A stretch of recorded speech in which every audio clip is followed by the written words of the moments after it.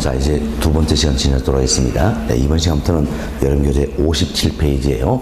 네, 57페이지 강론에서 설명을 드립니다. 자, 여름교재 57페이지 보세요. 큰 타이틀 들어있죠? 큰 타이틀. 자, 파트 2. 이래서 큰 타이틀이 들어있습니다. 이제 우리 교재 2편이다 이런 의미고, 네, 2편은 이제 부동산 강론이다 변경인데, 이제 강론은 각각의 파트를 논한다 이런 뜻입니다. 그래서 학문 관련된 여러 영역들이 들어간 이야기예요. 얘를 각각의 파트를 논한다. 이게 이제 2편 강론이다 보시면 되겠어요. 우리 교재는 1장부터 5장까지 이제 5개 장으로 구성이 되어 있는데, 이제 2편 1장부터 5장 5개 장 모두 모아가지고 최근 5개월 동안 우리 시험에서는 24문제에서 27문제 이렇게 출제된 영역입니다. 자, 지난 시험 26문제 나왔습니다. 자, 그리고 여러분실 이번 시험도 26문제에서 27문제 이렇게 출제될 것이다 예상된 영역이에요. 굉장히 출제 문항수가 많은 파트도 할 수 있겠죠. 그래서 그만큼 또 많은 시간 할애해서 여러분께 설명드리도록 하겠습니다. 자, 이제 한 장 넘겨봅시다. 넘겨보시면 58페이지예요. 58페이지 보시면 1장 부동산 경제론이다 소개되는데, 여기는 크게 이제 두 파트가 들어있어요. 하나는 이제 수요공급 이론이다 이 부분이 들어있습니다. 수요 공급 이론 이 부분과 또 하나는 경기 변동 이론이다 이렇게 해서 크게 두 가지가 들어있습니다.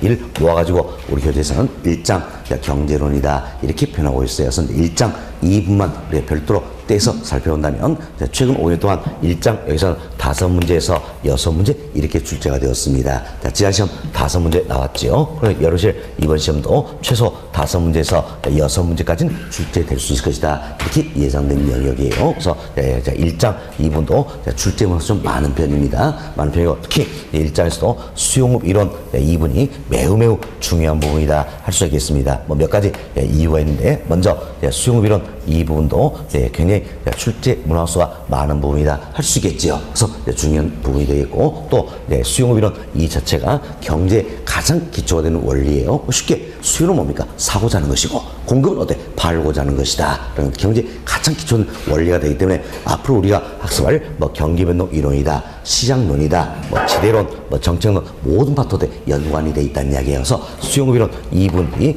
제대로 이해가 되냐면 다른 파트로도 우리가 학습하는 데 상당히 애로사항이 있다는 겁니다. 그래서 굉장히 또 중요한 내용이 되겠고, 또한 우리가 이제 부동산 현상을 어때 정확히 인식할 수 있어야 활동을 어때 능률적으로 효율적으로 할 수 있다는 이야기예요. 그럼 부동산 현상을 정확히 인식하기 위해서는 경제에 기초되는 원리인 수용을 어때 이해할 필요가 있다. 지금 몇 가지 이론에서 수용 이론 아주 중요한 부분이다 생각합니다. 그래서 오늘 3시간 뭐 다음 주에도 조금 더 이야기해서 많은 시간에서 설명을 좀 드리도록 하겠습니다. 자, 이제 우리 교재 1장은 6개의 절로 구성이 되어 있습니다. 자, 1절은 수요 이론, 2절은 공급 이론, 3절은 탄력성, 4절은 균형 가격에 대해서, 5절은 경기 변동, 6절은 거미집 이론. 여기서 1절부터 6절까지 6개의 절로 구성인데 모두가 다 어떤 출제 대상이 되어 있는 부분이다 생각하시고, 전반적으로 기초 원리부터 체계적인 학습이 필요한 부분이에요. 이제 하나씩 설명을 드리도록 하겠습니다. 먼저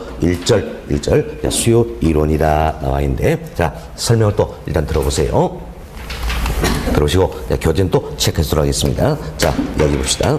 보시면 자, 여기에 자, 이처럼 사과 하나가 있다라는 겁니다. 자, 사과 하나가 있는데, 자, 이 사과 하나의 가격이 2,000원 합니다. 2,000원. 자, 2,000원 쓸 때는 내가 이제 예를 들어서 10개 사고자 한다라는 겁니다. 여기 사고 있어요. 이제 똑같은 이 사과 하나 가격이 이제 2,000원에서 1,000원 이렇게 하락했어요. 1,000원 하락했습니다. 그럼 이때는 10개보다 더 많이 사고자 합니까? 적게 사고자 합니까? 더 많이 사고자 한다 할 수 있겠지요. 그렇죠? 그래서 예를 들어서 20개. 다음은 똑같은 이 사과 가격이 2,000원에서 3,000원 이렇게 상승했다는 이야기예요. 그럼 이때는 10개보다 더 많이 사고자 합니까? 적게 사고자 합니까? 적게 사고자 하겠죠. 그래서 5개. 다음 똑같은 사과 가격이 이제 4,000원 이렇게 상승했어요. 그럼 어때? 더 적게 사고자 하겠죠? 3개. 다음 5,000원 이렇게 상승했습니다. 더 적게 사고자 한다는 겁니다. 2개. 자, 이처럼 우리가 1,000원, 2,000원, 3,000원, 4,000원, 5,000원 얘기했지만 이 사이에 어때 무수한 가격들이 존재한다 할 수 있겠지요. 이처럼 자, 모든 가격에 대응해서, 자, 모든 가격에 대응해서 구매하고자 하는 욕구가 있다는 겁니다. 즉 구매하고자 의도하는 양이 있다는 이야기예요. 이걸 그래서 우리가 이제 사과의 수요다 이렇게 표현하는 겁니다. 사과의 수요다 이렇게 표현합니다. 다음은 이제 특정한 하나의 가격이 있다는 이야기. 자, 예를 들어서 2,000원입니다. 지금 특정한 하나의 가격이 있다라는 겁니다. 여기에 대해서 구매하고자 의도하는 양이 있다. 몇 개입니까? 10개. 이걸 가리켜서 우리가 이제 사과의 수요량이다 이렇게 표현하는 겁니다. 결국 수요량을 구분하시면 되겠는데, 수요는 원래 아닙니까? 모든 가격을 대상하는 거라는 이야기예요. 반면 수요량이라서 특정한 가격을 대상하는 것이다 이렇게 생각하시면 되겠습니다. 그럼 자, 예를 들어서 여기 보시면 자, 사과의 가격이 3,000원이라는 얘기. 이때는 몇 개 사고자 있어요? 5개 사고자 있다. 그럼 이때 5개는 자, 수요의 개념이 될까요? 수요량의 개념이 될까요? 수요량이 되겠지요. 왜? 3,000원 특정한 가격이니까. 자, 이 논리가 부동산에도 똑같이 적용이 된다는 겁니다. 다만 우리 지금까지 배웠지만 부동산은 오래 쓸 수 있다. 이런 특성이 있다는 이야기예요. 그래서 매매 시장뿐만이 아니라 임대차 시장도 존재한다. 이렇게 보시면 되겠습니다. 자, 보세요. 매매 시장에서 가격이다 이 표현 자체는 임대차 시장에서 뭐가 되겠습니까? 임대료가 되겠지요. 임대료 이걸 줄여서 우리가 임료 이렇게 표현한다는 겁니다. 자, 다음 매매 시장에서는 구매하고자 한다. 임대차는 뭡니까? 임차하고자 한다는 겁니다. 그래서 부동산 시장은 매매 시장뿐만 아니라 임대차 시장 여기까지 포함해서 생각할 수 있어야겠어요. 자, 그래서 이제 매매 시장에서는 가격이다. 자, 임대 시장에서는 임료다 표현했죠. 이 두 가지를 모아가지고 넓은 의미에서 가격 이렇게 표현하기도 합니다. 그래서 부동산 시장에서 가격이다 이 표현 안에는 경우에 대해서는 임료이도 포함된 개념이다 이렇게 생각하시면 되겠습니다. 여튼 이제 부동산의 모든 가격 또는 임료에 대응해서 구매 또는 임차고자 하는 욕구가 있다는 이야기예요. 즉 구매 또는 임차고자 의도하는 양이 있다. 이게 바로 뭡니까? 부동산 수요다 할 수 있겠지요. 다음 부동산의 특정한 가격이나 임료에 대응해서 구매 또는 임차고자 의도하는 양이 있다는 이야기예요. 이걸 뭡니까? 부동산 수요량이란다. 이렇게 생각하시면 되겠어요. 그리고 똑같은 논리로 모든 가격 또는 임료를 대상한다면 이때는 뭡니까? 수요. 특정한 가격이나 임료를 대상은 뭡니까? 수요량이다. 이렇게 생각하시면 되겠습니다. 자, 그럼 이와 같은 이제 부동산 수요량에는 어떠한 의미가 내포될 것인가 살펴보는데, 자, 먼저 부동산 수요에는 유량 수요라는 것도 있고요. 저량 수요도 있다라는 겁니다. 자, 이때 우리가 유량, 저량 여기서부터 용어정 좀 제시해야 되겠습니다. 제시하는데, 자, 보세요. 여기에 이어떤 저수지가 있다는 이야기야. 여기에 저수지가 있다 이렇게 생각합시다. 그럼 저수지에 흘러 들어온 물이 있다는 이야기예요. 그럼 저수지부터 또 흘러 나간 물이 있다는 이야기예요. 자, 이때 흘러 들어온 물이나 흘러 나간 물, 이건 뭡니까? 흘러간다 이런 의미잖아요. 흘러간다. 그래서 이때 흘러간다 이러면서 이걸 우리가 유량 이렇게 표현하는 겁니다. 유량. 그래서 유량은 흘러간다. 영어로 flow 이렇게 이야기해요. 다음 저수지에 고여있는 물이 있다는 이야기예요. 그럼 저수지에 고여있는 물은 뭡니까? 저장돼 있다 할 수 있겠죠. 저장돼 있다 이러면서 이걸 우리가 저량 이렇게 표현하는 겁니다. 저량은 스톡 이렇게 생각하시면 돼요. 자, 이제 유량은 흘러간다. flow. 저량은 뭡니까? 저장돼 있다. 스톡. 이렇게 생각하시면 되겠습니다. 됐습니다. 그래서 여러분이 이분은 안타깝지만 영어로도 같이 알고 계셔야 돼요. 이미 우리 전부터 영어로 말을 바꾸고 있다는 이야기예요. 그래서 영어로 알고 계셔야 된다는 겁니다. 자, 유량은 뭡니까? 흘러간다. flow. 저량은 저장돼 있다. 스톡. 이렇게 생각하시면 되겠습니다. 자, 그럼 이제 유량, 저량 이걸 경제학에서는 응용을 하고 있다는 겁니다. 그런데 먼저 보세요. 이제 한 달, 1년 이와 같은 일정 기간을 정해야 측정이 가능한 변수가 있고, 오늘 현재 이처럼 일정 시점에서만 측정이 가능한 변수가 있다는 겁니다. 그럼 보세요. 한 달, 1년 이와 같은 일정 기간이다. 기간이면 결국 뭡니까? 이제 흘러간다. 그러니까 이런 의미가 될까요? 저장돼 있다는 의미가 될까요? 흘러간다. 그렇죠? 그래서 한 달, 1년 이와 같은 일정 기간을 정해만 측정 가능한 변수를 경제학에서 뭡니까? 유량이다. 이렇게 표현하는 겁니다.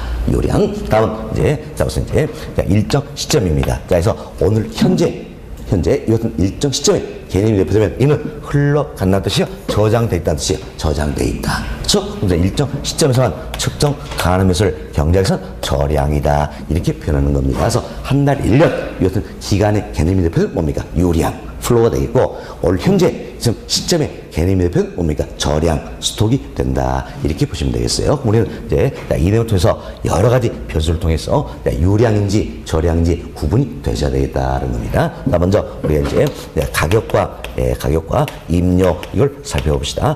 가격은 교환에 대한 대가를 말하는 겁니다. 임료는 어떤지 사용하고 수익한 대가를 말한다는 겁니다. 그럼 잘 보세요. 이제 교환은 일정 기간 동안 이루어집니까? 일정 시점에서 이루어집니까? 일정 시점에서 이루어진다 할 수 있겠죠. 따라서 가격은 어디에 합니까? 저량 변수가 되겠다는 겁니다. 다음 무슨 이제 사용 수익입니다. 사용하고 수익하는 것은 일정 시점에서입니까? 기간 동안입니까? 기간 동안이다 알 수 있겠죠. 예를 들어서 내가 한 달 동안 사용한 대가로서 임대료 지불하는 거잖아요. 그래서 기간의 개념이다. 따라서 임료는 어디에 해당합니까? 유량 여기에 해당된다 이렇게 보시면 되겠어요. 자, 그럼 우리 토지 관련해서 이제 토지의 교환에 대한 대가, 즉 토지의 가격이다. 이걸 뭐라고 합니까? 지가 이렇게 표현하죠. 그럼 지가는 어디에 나갈까요? 저량 변수가 되겠죠. 다음 토지의 사용 수익에 대한 대가라는 이야기야. 즉 토지의 임대료다. 이걸 가려서 뭐라고 합니까? 지대. 그럼 지대는 어떤 유량 개념이 된다 이렇게 보시면 되겠습니다. 그래서 여러분께서는 가격, 지가다. 이는 어떻습니까? 저량 변수가 되어 있고, 임료, 지대. 이들은 어디에 합니까? 유량 변수가 된다. 이렇게 보시면 되겠습니다. 다음 또 이런 예를 들어봅시다. 자, 월급여가 있어요. 월급여, 연봉 이걸 살펴봅시다. 자, 월급여는 한 달 동안 일한 대가를 받는 거지요. 연봉은 1년 동안 일한 대가를 받는 거다. 그럼 한 달, 1년 기간의 개념이 되었으니까 어디에 나갑니까? 유량이다 할 수 있겠죠. 그래서 여러 가지 예들을 보면서 연 이 말이 됐으면 더 이상 주저할 거 없습니다. 무조건 뭐가 되는 겁니까? 유량이다 이렇게 생각하시면 되겠어요. 다음은 이제 순영업소득이라는 게 있어요. 순영업소득은 순수히 영업을 통해서 벌어들인 소득이다 얘기인데, 지금 순영업소득 이 자체도 1년 기준서 측정을 한다는 이야기예요. 즉 1년 기준 측정하기 때문에 당연히 어디에 합니까? 유량이다라는 겁니다. 다음 기업의 단기 순이익이라는 게 있습니다. 단기 순이익이다. 이때 단기 이게 뭡니까? 이번 회계연도 이런 뜻이에요. 그럼 이번 회계연도 순이익이 얼마냐? 이 문제 때문에 기업의 회계연도는 대체로 또 1년입니다. 그럼 결국 1년 동안 순이익이 얼마냐 이 이야기예요. 따라서 이도 어디에 합니까? 유량 개념이 된다 보시면 돼서 여러분들이 이 사례를 통해서 더 이상 주저할 필요 없이 소득 즉 수익과 관련된 부분은 다 어디에 합니까? 유량 변수가 된다 이렇게 생각하시면 되겠습니다. 여기 보세요. 월급여, 연봉, 순영업소득, 단기 순이익이다. 모두 소득, 수익 관련된 부분이죠. 유량이다 이렇게 생각하시면 되겠어요. 자, 다음은 또 우리 이렇게 해봅시다. 내가 이 건물 하나 산다는 이야기예요. 이 건물 하나 샀습니다. 산데 내가 직접 이 건물을 어떻습니까? 관리하기가 어렵더라는 이야기예요. 그래서 관리자에게 건물 관리를 맡겼습니다. 맡기고 내가 이제 관리자에게 관리 대가로서 급여를 지불한다는 이야기예요. 지금 내가 관리자의 월급여다 이렇게 표현해봅시다. 관리자에게 급여를 지불합니다. 그럼 자, 한 달 동안 관리는 대가를 지불하는 거잖아요. 그렇죠? 또 이거 기간의 개념이죠. 어떻습니까? 유량이다 생각하십니다. 물론 관리자 입장에서는 어떻습니까? 월급여 소득이 되겠지요. 어떤 측면에 보더라도 유량이 되겠습니다. 다음 내가 이제 이 건물을 사면서 은행으로부터 대출 좀 받았다는 이야기예요. 그럼 대출 받고 이자 내야 되겠지요. 이자 비용이 있다라는 겁니다. 이자 비용. 자, 이자 비용은 유량일까요? 저량일까요? 유량이 되겠지요. 이거는 아차면 실수하기 쉬운 부분이에요. 우리가 이래서 해보자는 이야기요. 내가 매월 15일 날 이자 낸다는 이야기예요. 그래서 이제 지난 12월 15일 날 이자 낸다. 그때 12월 15일이니까 일정 시점이지 않냐 이 생각인데 그게 아니란 이야기예요.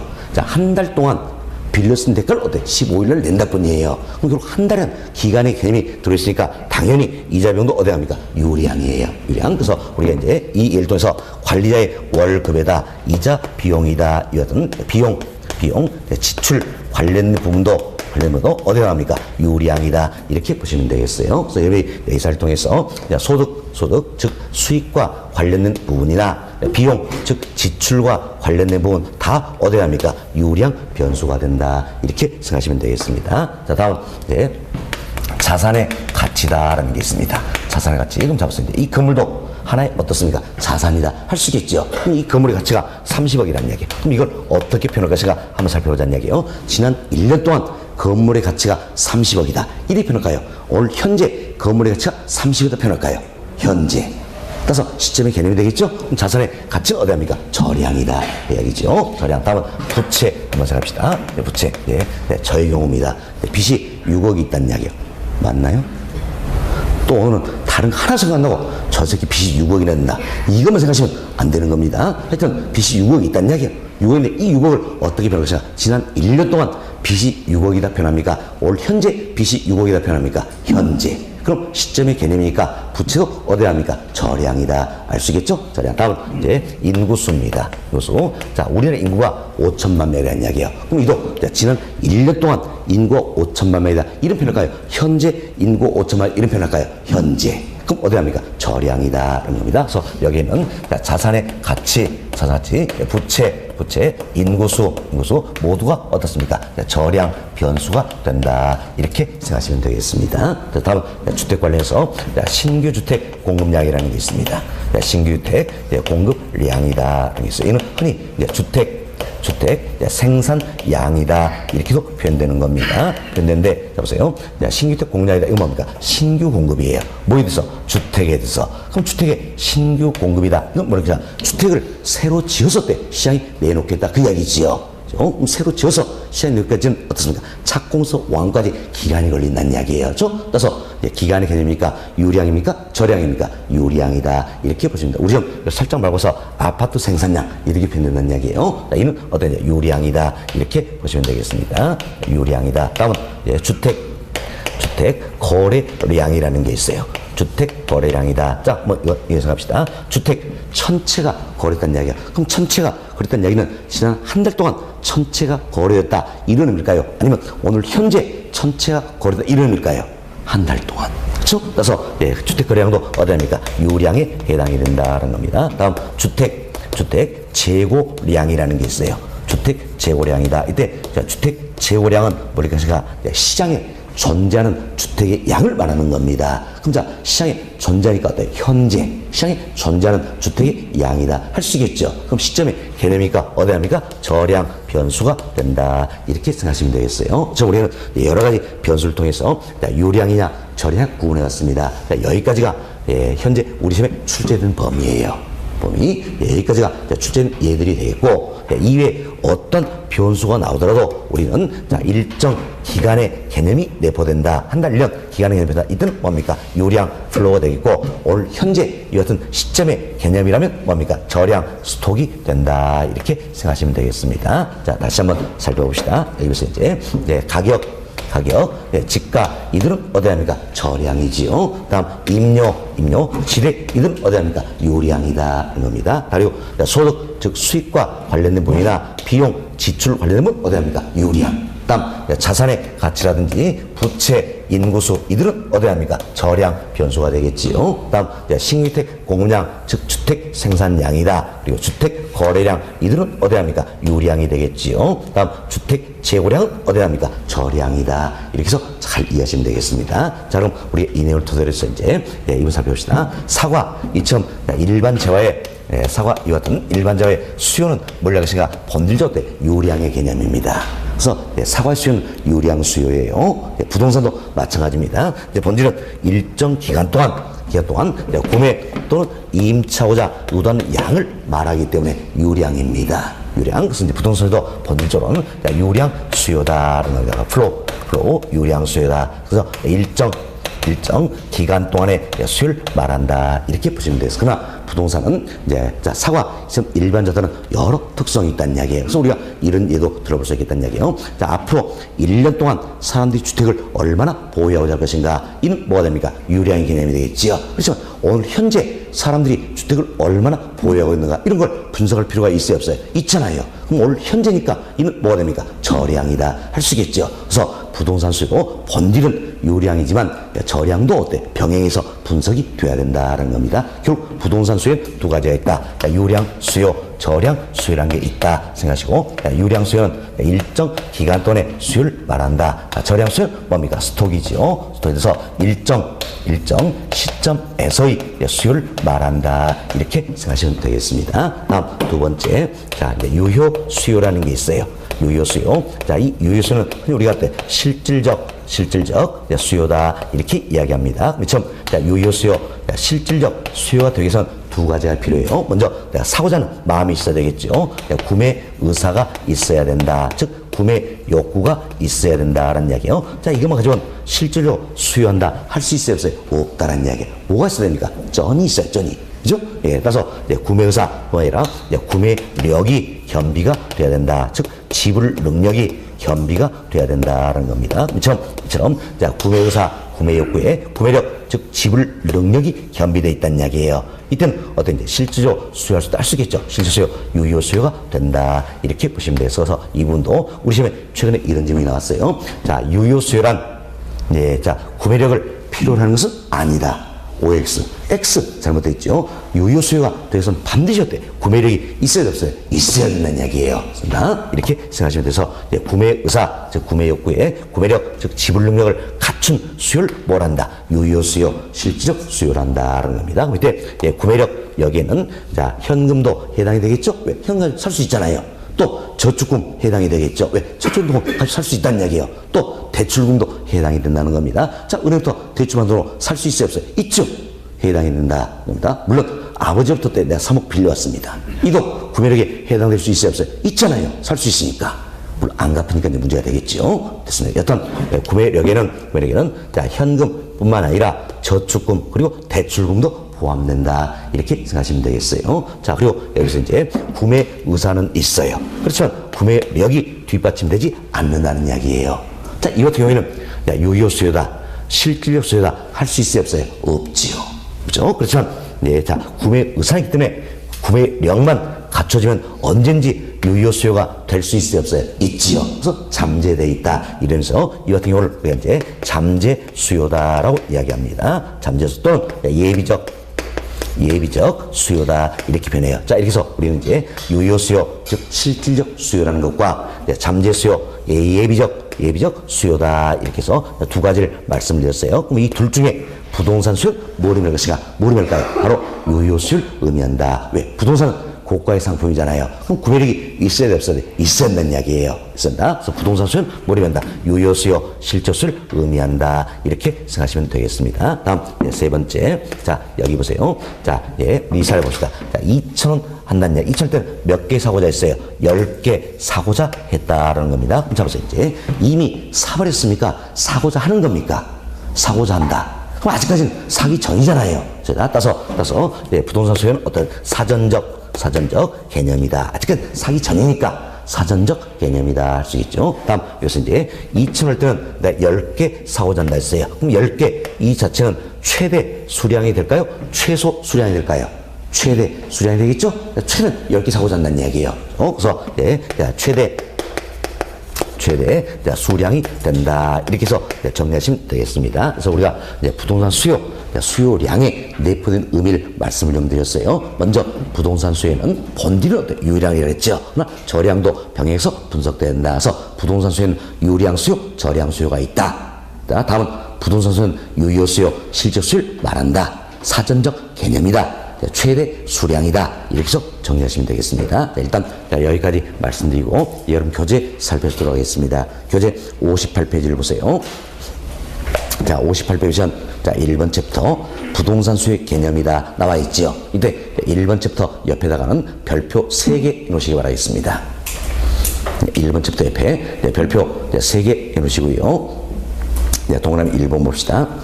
수요란 일정 기간 동안에 소비자가 구매력 갖추고 재화나 서비스를 구매하고자 하는 욕구를 말한다. 수요량이란 소비자가 특정 가격순에서 재화나 서비스를 구입하고자 하는 최대 수량을 말한다. 그래서 이제 우리가 이내로 해서 지금 우리 이렇게 배웠어요. 자, 수요는 뭡니까? 모든 가격을 대손한다는 이야기예요. 수요량은 뭡니까? 특정한 가격을 계산한다 이야기 드렸죠. 그래서 우리 교재에서도 지문 잘 보세요. 수요량이란 소비자가 특정 가격 순서에 이 말이 들었잖아요. 특정한 가격을 계산한다. 이때는 뭐가 되는 겁니까? 수요량이 된다는 이야기예요. 여기다 생각하시고 다음 최대 수량이다. 우리에서 설명드렸죠. 예, 수요량은 뭘 의미합니까? 최대 수량을 의미한다. 이렇게 보시면 되겠습니다. 자, 다음 동그라미 2번 보세요. 수요는 일정 기간 동안의 유량 개념을 의미한다. 그래서 부동산 수요도 본질은 뭐라 했습니까? 유량. 그렇지만 부동산 수요는 어때? 저량 수요. 예, 이분까지 포함해서 분석이 돼야 된다. 이렇게 이야기 드렸습니다. 자, 다음 그 아래 핵심 정리 한번 봅시다. 정리. 자, 유량 변수, 저량 변수 나와 있죠? 예, 자, 1번입니다. 1번. 자, 일정 시점에서 측정할 수 있는 변수는 뭡니까? 저량, 스톡이 되겠지요. 그래서 이제 예를 봅시다. 예, 이 중에 우리는 몇 가지 말씀드렸는데, 자, 주택 재고량이다. 자, 인구, 회사의 자산 가치 등이다. 이걸 우리 오늘 이야기했습니다. 자, 보세요. 주택 재고량. 자, 자산의 가치. 다음 어떻습니까? 인구수. 이들은 어디에 나옵니까? 저량이다. 이렇게 생각하시면 되겠습니다. 자, 다음 2번 봅시다. 자, 일정 기간을 명시해야 측정할 수 있는 변수는 뭡니까? 유량, 플로우가 되겠다라는 거죠. 그래서 예를 보세요. 자, 주택 거래량, 신규주택 공급량이다. 우리 설명드렸죠? 자, 주택 거래량, 그리고 신규주택 공급량, 어디에 합니까? 유량 변수가 되겠지요. 다음, 회사의 당기 순이익이다. 자, 여기 있네요. 당기 순이익, 이도 어디에 합니까? 유량이다. 할 수 있겠죠? 다음, 임대료 수입 소득이다. 자, 임대료 수입, 임대료 이걸 보거나, 수입, 이런 거 보거나, 어쩔 보더라도 유량이다. 알 수 있겠죠? 유량이다. 이렇게 생각하시면 되겠어요. 자, 다음, 소득도 당연히 유량이 되겠지요. 자, 이 정도 구별하시고요. 다음, 우측 페이지 봅시다. 우측 페이지. 자, 1번 예제 한번 봅시다. 자, 다음 중, 유량 개념과 가장 거리가 먼 것은, 자, 보기 1번 보세요. 자, 보기 보시면 임대료 수입이다. 자, 임대료 이걸로 보더라도 유량이 되어 있고, 수입 이렇게 보더라도 유량이다라는 겁니다. 어떤 식으로 보도 유량이 되겠지요. 2번 봅시다. 신규주택 공급량이다. 어디 합니까? 유량. 3번 주택 재고량입니다. 어디 합니까? 저량 변수가 되겠지요. 4번 부동산사의 단기 순이익 유량이죠. 5번 주택 거래량 어디 합니까? 유량이다라는 겁니다. 그래서 유량 개념과 가장 거래량을 찾기니까 답은 몇 번입니까? 3번. 3번 주택 재고량 어디 합니까? 저량의 예가 되겠죠. 답은 3번이다라는 겁니다. 어때? 쉽게 찾을 수 있겠죠? 이도 우리 실제 시험 출제된 기출 문제들이에요. 예. 자, 다음 거래 동안에 3번 봅시다. 3번. 자, 부동산 수요는 고가성이 있으므로 구매 욕구뿐만 아니라 실질적 구매력을 수반하는 유효수를 의미한다. 그래서 부동산 수요는 어때? 자, 구매 의사뿐만이 아니라 구매력이 겸비된 유효수요, 이걸 의미하는 것이다 라는 겁니다. 다음 동그라 4번. 수요는 사전적 개념이다. 설명됐죠? 사전적 개념이다. 이렇게 이해하시면 되겠습니다. 됐습니다. 자, 여기까지 말씀드리고요. 예, 그리고 그 안에 이제 2번 챕터 봅시다. 자, 2번 챕터 보시면, 자, 부동산 수요 분류와 특징이다. 소개되는데, 양으로 1번에 동그라미 1번 보세요. 유효 수요와 잠재적 수요다. 우리 여기서 설명 내리죠? 유효 수요, 잠재 수요, 이걸 설명을 다 드렸습니다. 이 중에 부동산 수요는 뭘 의미합니까? 유효 수요를 의미한다. 이렇게 참고하시면 되겠습니다. 나머지는 중요성 없습니다. 넘어갑니다. 자, 여러분 교재 60페이지예요. 자, 60페이지. 이제 하단 보시면 세 번째부터 수요 법칙과 수요 곡선이다 소개되고 있는데, 자, 설명을 좀 드리겠습니다. 자, 여기 보세요. 자, 우리 수요 함수라는 게 있습니다. 수요 함수. 자, 이를 통해서 우리는 이제 수요 법칙을 도출할 겁니다. 수요 법칙을 도출하고 수요 법칙을 그림으로 편 게 수요 곡선이 된다. 이렇게 흐름을 잘 이해하시면 되겠어요. 자, 수요 함수를 토대로 해서 수요 법칙을 도출하고 그림으로 편 게 뭡니까? 수요 곡선이 된다라는 겁니다. 자, 먼저 수요 함수라는 게 있어요. 이거 물리기사 이처럼 수요량이라는 게 있다. 수요량. 그럼 수요량에 영향을 미치는 여러 가지 요인들이 있겠지요. 지금 수요량에 영향을 미치는 여러 가지 요인들과 수요량과의 함수 관계, 이걸 어떻게 우리가 수요함수다 이렇게 이야기하는 겁니다. 그럼 자, 우리가 예를 한번 들어봅시다. 자, 아파트 매매 시장을 가정합시다. 아파트 매매 시장을 가정하자. 사실 우리 시험에서도 가장 많은 예로 나온 게 뭡니까? 아파트 시장이에요. 자, 이걸 살짝 말을 바꿉니다. 주택 매매 시장이다. 또 단독주택 시장이다. 이렇게 말만 바꾼다. 그래서 우리는 아파트 매매 시장 이걸로 공부하시면 나머지 다 응용이 될 수 있다는 겁니다. 자, 아파트 매매 시장을 가정하고 이때 당해 재화라는 게 있습니다. 당해 재화 또는 뭐 해당 재화다 이렇게 표현하는 겁니다. 그럼 당해 재화는 뭐라고 했으니까 시장에서 거래되는 재화를 말하는 겁니다. 그럼 자, 아파트 매매 시장이다. 이때 당해 재화는 뭐가 될까요? 아파트가 되겠지요. 자, 보세요. 아파트 매매 시장에서는 사과가 거래되나? 아니잖아요. 뭐 거래됩니까? 아파트가 거래된다는 이야기예요. 그렇죠? 그래서 이제 당해 재화는 뭐가 됩니까? 아파트다. 그리고 또 주택 매매 시장이라는 이야기. 이때 당해 재화는 뭐가 되겠습니까? 주택이다. 이렇게 생각하시면 되겠지요. 됐습니다. 자, 아파트 매매 시장에서 당해 재화는 뭡니까? 아파트다. 따라서 이제 아파트 매매 시장에서 자, 아파트의 수요량에 영향을 미치는 요인들이 여러 가지가 있다라는 겁니다. 제가 기호로 F자를 적어드렸어요. 전혀 신경 쓸 필요 없습니다.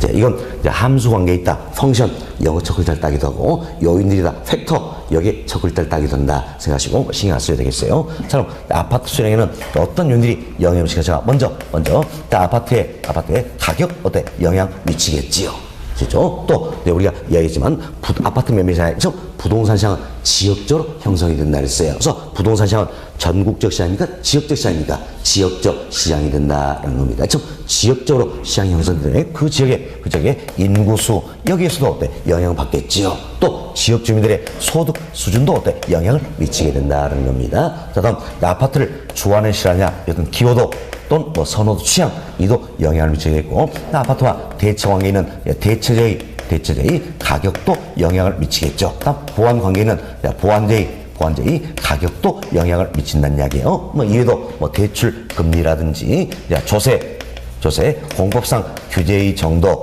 기대감 등등 여러 요인들에 의해서 수요량이 결정이 된다는 겁니다. 자, 처음 아파트 수요량에 영향을 미치는 여러 요인들과 수요량과의 함수 관계 이걸 뭐라 합니까? 아파트의 수요함수다 이렇게 표현하는 겁니다. 자, 우리는 수요함수를 나타내봤어요. 그리고 이제 아파트 수요량에는 아파트 가격뿐만 아니라 여러 요인들에서 결정된다 할 수 있겠지요.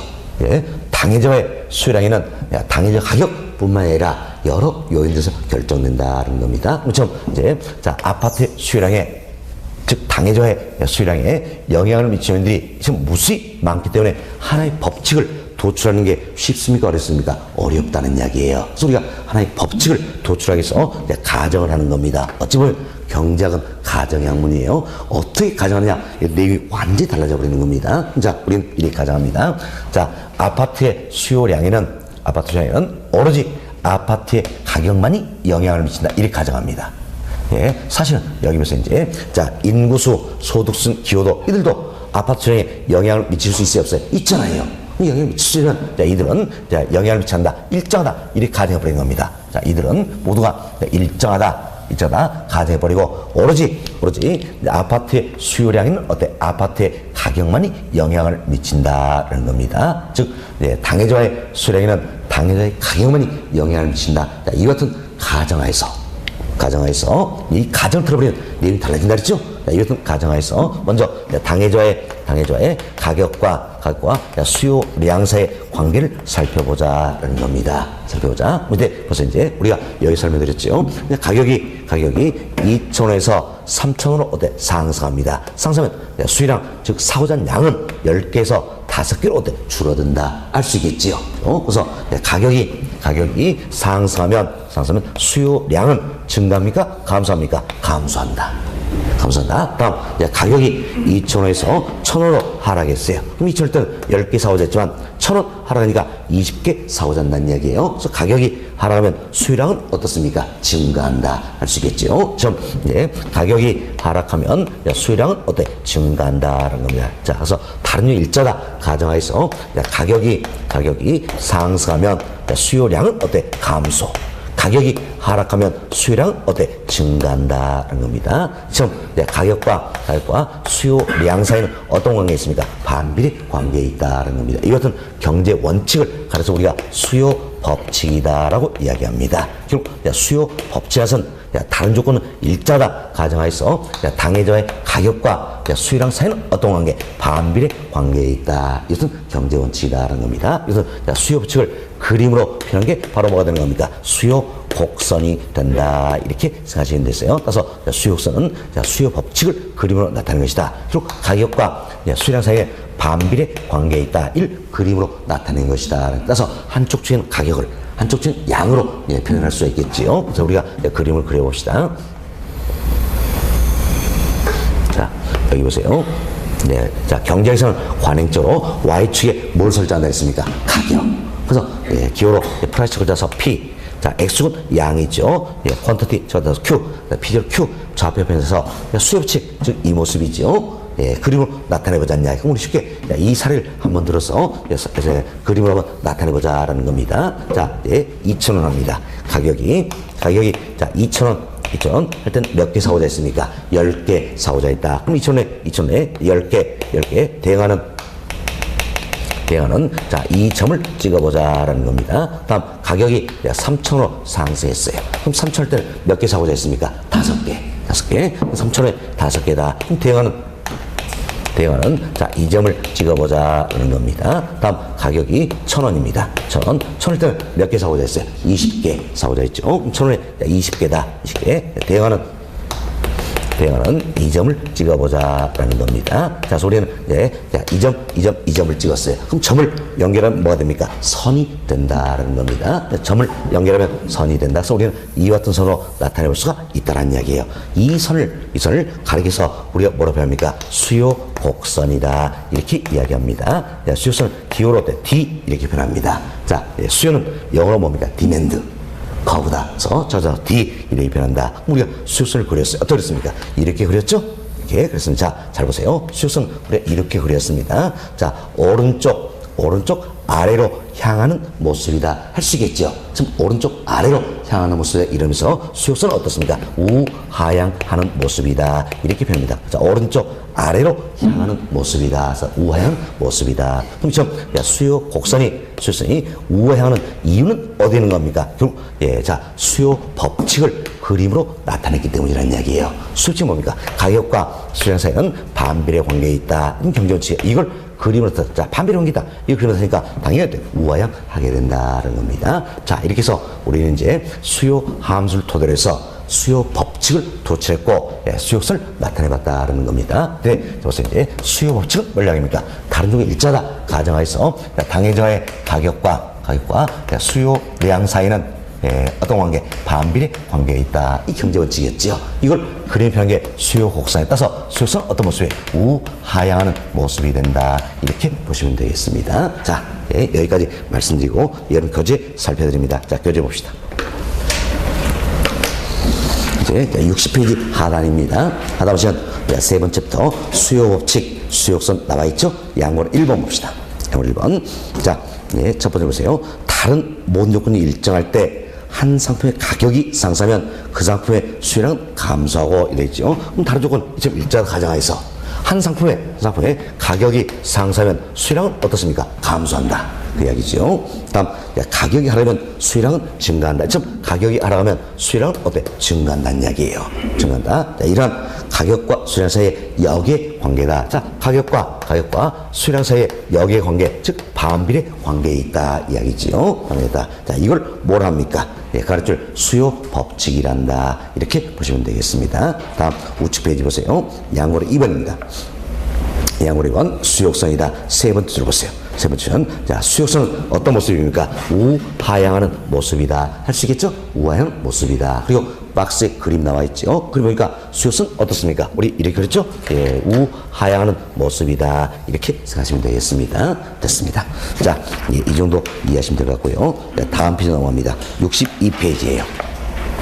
62페이지 네 번째부터 하단에 수요량의 변화와 수요의 변화 설명드리는데 이분은 너무너무 중요한 부분입니다. 일단 설명을 잘 들으시기 바라겠어요. 자, 여기 보시죠. 이제 우리가 수요선을 그렸습니다. 수요선을 그렸는데 수요선 Y축에 뭘 설정했습니까? 가격이지요. 잘 보세요. 이때 가격은 자, 당해자와의 가격이 되는 겁니까? 대체의 가격이 되는 겁니까? 당해자와의 가격이란 이야기예요. 가격이다. 그래서 아파트 매매시하면 아파트 가격이다 할 수 있겠지요. 그래서 당해저의 가격이다. Y축 설정은 처음 당해저의 가격이 변하면 어떤 현상이 나타날 것인가 이걸 살펴보자는 거죠. 가격이 2천에서 3천으로 상승했습니다. 그럼 가격이 2천, 3천 상승하니까 당연히 수요량은 어떻습니까? 감소한다 할 수 있겠죠? 10개에서 5개로 좀 수요량은 어때? 감소한다는 얘기. 자, 보세요. 2천일 때는 몇 개 사고 잤어요? 10개. 이렇게. 그럼 자, 이 점을 찍어볼 수 있겠죠? 3천 하니까 몇 개 사가니까 5개. 그럼 3천 5개 이 점을 찍어볼 수 있다. 그래서 점 가격이 상승하니까 수요량은 어때? 감소하더란 이야기야. 그럼 수요량이 감소해서 어때? 수요선 내에서 또는 수요선 상에서 어때? 점의 이동이 이루어진다. 자, 이 점에서 이 점으로 점의 이동이 이루어지죠? 그럼 감소니까 어쩌니까 좌측으로 점의 이동이 이루어진다는 걸 알 수 있다는 겁니다. 다음, 여기서 이제 2층에서 1,000원으로 가격이 하락합니다. 1,000원으로 가격이 하락했어요. 그럼 2,000원 때는 어때? 10개 사고자 했죠. 1,000원이니까 20개 사고자 한다는 이야기예요. 그럼 가격이 하락하니까 수요량이 어떻습니까? 증가하더라라는 겁니다. 그래서 2,000원 때는 10개니까 2점이 되겠죠. 1,000원 할 때는 20개니까 어때? 2점이 된다라는 겁니다. 결국 가격이 하락하니까 수요량이 어때? 증가하더라. 그래서 자, 수요선 내에서 2점에서 2점으로 어때? 점의 이동이 이루어진다. 알 수 있겠죠? 수요량이 증가했으니까 어느 점입니까? 우측으로 점의 이동이 이루어진다. 보시면 되겠습니다. 이 점, 이제 Y축의 설정은 당해저의 가격이 변하면 결국 수요량이 어때? 변화할 수 있겠지요. 그래서 수요선 내에서 또는 수요상에서 이 점에서 이 점으로 점의 이동이 이루어진다. 이렇게 보시면 되겠습니다. 자, 이걸 가려서 우리가 뭐라고 할 것인가? 수요량이 변화해서 수요량의 변화다. 이렇게 변하는 겁니다. 그래서 이제 정리합시다. 그래서 이제 자, 수요량의 변화라는 게 있다라는 겁니다. 수요량의 변화는 뭐라 했으니까 자, Y축의 설정에는 당해저하의 가격이 변한다는 이야기예요. 지금 당해저하의 또는 해당 저하의 가격이 변한다는 겁니다. 자, 이래서 수요량이 변하겠지요. 자, 어떤 기로 가져옵니까? 바로 수요선 내에서 또는 수요선 상에서 점의 이동을 초래하게 된다는 겁니다. 이걸 뭐라 합니까? 수요량의 변화다. 이렇게 표현하는 겁니다. 자, 그럼 벌써 이제 당해저하의 가격이 변합니다. 자, 가격이 상승합니다. 가격이 상승하면 수요량이 변하겠지요. 수요량은 어때? 감소한다는 이야기지요. 그래서 수요선 내에서 어때? 점의 이동인데 감소니까 어느 쪽으로? 좌측으로. 다음 당해저의 가격이 변합니다. 즉 가격이 하락한다냐? 그러면 수요량이 변하겠죠? 수요량은 어떻습니까? 증가한다. 그래서 수요선 내에서 점의 이동이 이루어진다. 증가하니까 어느 쪽으로? 우측으로. 점의 이동이 자, 결국 가격이 상승하면 수요량은 어때? 감소하고 가격이 하락하면 수요량은 증가한다. 그래서 가격과 수요량 사이는 어떤 관계입니까? 반비례 관계에 있다. 그렇죠? 이게 뭐라고 뭡니까? 수요 법칙이다. 이처럼 수요 법칙을 설명하는 개념이 바로 뭡니까? 수요량의 변화가 된다는 겁니다. 용어이 잘하실 부분이에요. 자, 수요량의 변화입니다. 자, 수요량의 변화는 뭐라 하신가? 당해저하의 가격이 변한다냐? 수요함수에서 당해저하의 가격이 변해서 수요선 내에서 또는 수요선 상에서 점의 이동을 초래한 것을 말한다. 이렇게 보시면 되겠습니다. 그럼 수요량의 변화를 가져온 요인 뭡니까? 수요함수에서 당해저하의 가격이 변했을 때다라는 겁니다. 어떤 결과가 됩니까? 수요선 내에서 점의 이동이 이루어진다. 이렇게 보시면 되겠습니다. 자, 다음은 저희들이 지금 읽자가 못 갔던 이 요인들이 있다는 이야기예요. 자, 이 요인들이 변하면 어떻게 될 것인가 이걸 살펴보자는 이야기예요. 살펴보는데 자, 우리 인구 한번 봅시다. 인구. 자, 인구가 증가한다는 이야기예요. 증가한다. 사실은 우리 현실 살펴보면 어떤지 인구도 증가하고 소득도 증가하고 아파트에는 기여도도 상승하고 대체 가격은 하락하고 대출 금리는 높아지고 이처럼 실제로 여러 가지들이 복합적으로 나타난다는 이야기예요. 그렇죠? 그렇지만 이 모든 걸 보려면 분석이 너무너무 어렵다는 이야기예요. 그래서 우리 과제에서는 복합적 분석이 아니에요. 딱 하나만 보면 딱 하나만 다른 다 일자다 가장 오로지 인구만 증가한다 이렇게 가져가는 겁니다.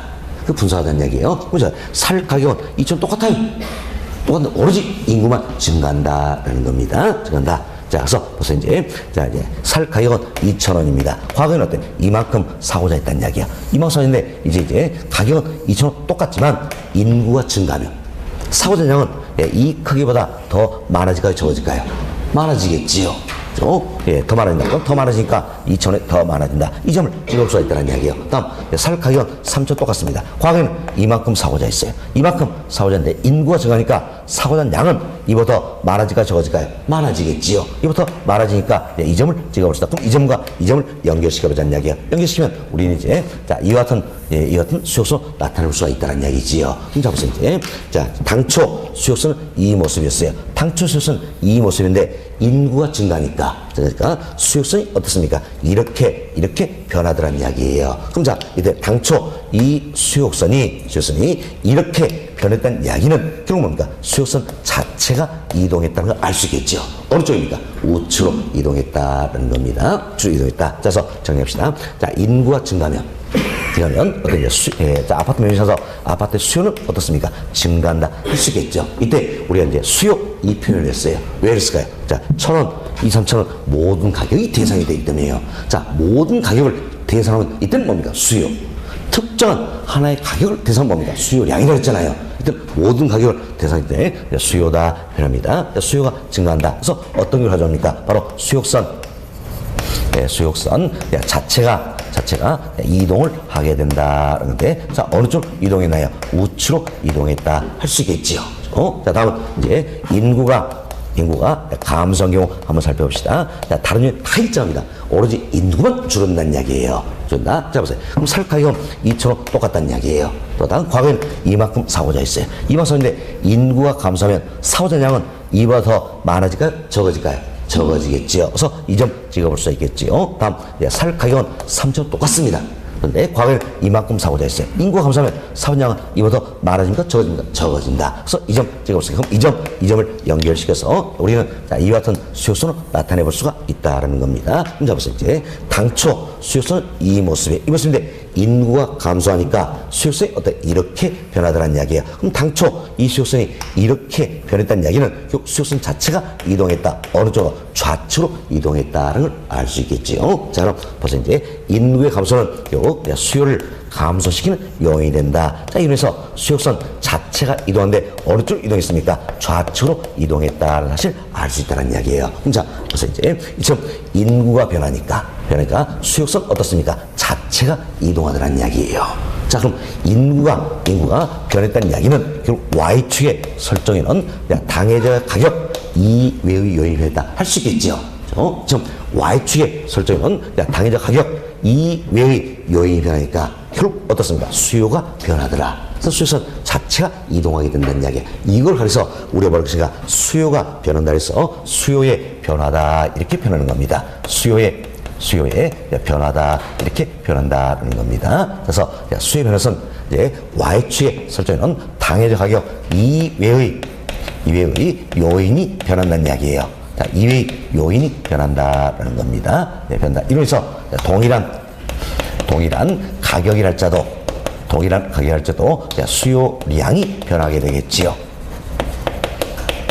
자, 이건 여러분이 이렇게 생각하셔야 됩니다. 자, 보세요. 가격은 2,000원 동일하다는 이야기예요. 그럼 가격은 똑같지만 수요량은 어떻습니까? 이 크기에서 이 크기로 변한다는 이야기예요. 또 가격은 2,000원 똑같지만 수요량은 이 크기에서 이 크기로 변한다는 이야기예요. 이처럼 동일한 가격에서 수요량이 변하기 때문에 결국은 수요선 자체가 이동하게 된다는 겁니다. 그래서 수요선 자체가 이동을 하게 된다. 이때 수요가 증가하면 어느 쪽입니까? 우측으로 이동을 하는 거죠. 자, 보세요. 수요가 증가하니까 어느 쪽입니까? 우측으로 이동하게 된다는 이야기예요. 다음, 수요가 감소하면 어느 쪽입니까? 좌측으로 이동을 하게 된다는 겁니다. 자, 이걸 그래서 우리가 뭡니까? 수요의 변화다 이렇게 표현하는 겁니다. 그래서 용어적인 잘 합시다. 자, 수요의 변화입니다. 자, 수요의 변화는 뭐냐입니까? Y축 설정에는 당해자 가격 이외의 요인이 변한다는 이야기. 그래서 수요선 자체가 이동한 것을 말한다는 겁니다. 그래서 수요의 변화를 가져는 요인은 뭡니까? 수요함수에서 당해자 가격 이외의 요인이 변수되다 할 수 있겠지요. 어떤 결과입니까? 수요선 자체가 이동한다는 겁니다. 그래서 저희는 이제 수요량의 변화, 수요의 변화 용어이 달렸어요. 너무너무 중요한 부분입니다. 자, 다시 한번 말씀드립니다. 수요량의 변화선 당해자와의 가격이 변해서 수요선 내에서 또는 수요선 상에서 점의 이동을 초래한 것을 말한다. 그러면 수요의 변화는 당해자 가격 이외의 요인이 변해서 수요선 자체가 이동한 것을 말한다. 그래서 잘 생각하시고, 다음은 수요량의 변화 요인과 수요의 변화 요인, 이걸 구분할 수 있어야 되겠지요. 자, 이걸 구분해서 여러분이 먼저 당해자가 뭐다, 이것만 빨리 찾으면 되는 겁니다. 그럼 당해자가 뭐다, 이것만 찾아서 수요함수에서 당해자의 가격이 변하면 어디 합니까? 수요량의 변화 요인이 되겠지요. 그럼 수요함수에서 당해자 가격 2위 요인은 어디 합니까? 수요의 변화 요인이다. 이렇게 생각하시면 되겠어요. 우리가 예를 들어서 이제 주택 매매 시장이라는 이야기예요. 예를 들어서 자, 주택 매매 시장이다. 이렇게 표현된다는 이야기. 그럼 주택 매매 시장에서 당해자는 뭡니까? 주택이잖아요. 그럼 수요함수에서 주택의 가격이 변하면 이는 어디에 합니까? 수요량의 변화 요인이 되겠지요. 그리고 수요함수에서 주택 가격 2위 요인이 변하면 어디 합니까? 수요의 변화 요인이다. 이렇게 구분하시면 돼서 당해자마다 이건 빨리 치면 된다는 이야기예요. 우리가 아파트 매매시장을 가져가고 있죠. 아파트 매매시장에서 당해자는 뭡니까? 아파트. 그렇죠? 그럼 자, 아파트. 그럼 자, 당해자 가격인 자, 아파트의 가격이 변한다는 이야기죠. 아파트의 가격이 변하면 이는 어디에 해당되는 겁니까? 바로 수요량의 변화 요인이다. 할 수 있겠지요. 수요량의 변화 요인이다라는 겁니다. 지금 수요량의 변화 요인인 자, 아파트의 가격이 어때? 상승한다는 이야기예요. 상승하면 아파트의 수요량은 감소하겠지요. 그래서 아파트의 수요선 내에서 어때? 점의 이동이 이루어진다. 감소니까 어때? 좌측으로 점의 이동이 이루어지겠지요. 다음 아파트 가격이 하락하면 그러면 아파트의 수요량은 어때? 증가한다. 그래서 수요선 내에서 점의 이동인데 증가하니까 어때? 우측으로 점의 이동이 이루어진다. 이렇게 보시면 되겠습니다. 다음 수요함수에서 아파트 가격 이외의 이 요인들이 변한다는 이야기예요. 그럼 어때? 당해자 가격 2위 요인이니까 이들은 다 어디에 합니까? 수요의 변화 요인이다. 이렇게 보시면 되겠어요. 수요의 변화 요인이다라는 겁니다. 그럼 수요의 변화가 변하면 경우에 따라서는 수요를 증가시킬 수 있겠지만 경우에 따라서는 수요를 어때? 감소시킬 수도 있다는 이야기예요. 이래서 수요선 자체가 이동하게 된다는 겁니다. 그래서 수요가 증가하면 수요 자체는 어느 쪽으로? 우측으로 이동하겠지요. 수요가 감소하면 수요 자체는 어느 쪽으로? 좌측으로 이동하게 된다. 이렇게 생각하시면 되겠습니다. 됐습니다. 자, 이렇게 해서 저희 수요량의 변화 요인, 수요의 변화를 구분해 드렸습니다. 어려운 거 아닙니다. 그리고 자, 뭘 먼저 찾자? 당해자가 뭐다? 이것만 빨리 찾자는 이야기예요. 그래서 수요함수에서 당해자의 가격이 변하면 뭡니까? 수요량의 변화 요인이 된다. 그래서 이때는 수요량이 증가하기도 하고 감소하기도 한다라는 겁니다. 그래서 수요선 내에서 점의 이동을 초래하는 것이고, 다음 자, 당해자 가격 2위 요인이 변하면 수요의 변화 요인이다라는 겁니다. 이처럼 수요의 변화가 변하면 수요가 증가하기도 하고 감소하기도 한다. 그래서 수요선 자체가 어때? 이동을 하게 된다. 이렇게 해서 용어 정의를 잘 보시면 되겠습니다. 어려운 거 아닙니다. 네, 자, 그럼 이제 여러분 교재 한번 보겠습니다. 자, 여러분 교재 보시면 자, 62페이지예요. 자, 62페이지 하단에 네 번째부터 수요량의 변화와 수요의 변화가 나와 있죠? 너무너무 중요한 부분이라서요. 별표 8개입니다. 8개. 자, 별표 8개면 거의 매마다 빠지지 않고 어때? 한두 문제씩은 연관돼서 나온다. 그 뜻이에요. 예. 자, 양어로 1번 봅시다. 자, 수요량의 변화입니다. 자, 수요량의 변화는 어떤 변화입니까? 수요선 내에서 또는 수요선 상에서 점의 이동이라고 그랬지요. 그래서 괄호 보세요. 수요선 상에서의 점의 이동이다. 나와 있죠? 동안에 2번 봅시다. 해당 재화의, 자, 해당 재화는 당해자다 생각하시면 됐어요. 가격이 변했더라. 동일한 수요선 상에서의 점의 이동으로 나타난다. 그리고 당해자의 가격이 변함에 따라서 수요선 내에서 또는 수요 상에서 점의 이동으로 나타나. 이게 바로 뭡니까? 수요량의 변화다. 이렇게 보시면 되겠어요. 자, 우측 페이지 봅시다. 63페이지예요. 상단에 박스에 그림 두 개 들어있죠? 두 개인데 그림 한번 봐보세요. 그림 보니까 수요선 내에서 어때? 점의 이동이다. 알 수 있겠죠? 지금 수요선 내에서 점의 이동이 이루어진다. 자, 이는 수요량의 변화입니까? 수요의 변화입니까? 수요량의 변화다. 알 수 있겠죠? 그래서 자, 상단에 그림 A, 그림 B 모두가 어때? 수요량의 변화, 이와 관련된다 생각하시면 되겠습니다. 다음 양보로 2번 보세요. 양보시면 수요의 변화다. 그래서 괄호 보세요. 수요선 자체가 이동하는 것이다. 자, 어때? 수요의 변화는 원래입니까? 수요선 자체가 이동하는 것이지요. 것이다. 보시고 자, 그림 보세요. 먼저 그림 보시면 어때? 수요선 자체가 어때? 이동한다. 할 수 있겠죠? 이게 뭡니까? 수요의 변화다라는 겁니다. 동원의 1번. 첫 번째 줄 중간쯤 보세요. 자, 해당 재화의 가격 이외의 요인이 변하면 돼 있죠. 그리고 당해자 가격 이외의 요인이 변한다는 이야기예요. 동일한 가격선에서 수량이 변하여 결국 수요선 자체가 이동한다. 우리 예상했죠? 예, 당해자 가격 이외의 변하면 동일한 가격일지도 수요량이 변한다는 이야기예요. 그래서 수요선 자체가 이동하게 된다. 이걸 뭐라 합니까? 수요의 변화다. 이렇게 표현하는 겁니다. 자, 또 오늘 2번에 기억 보세요.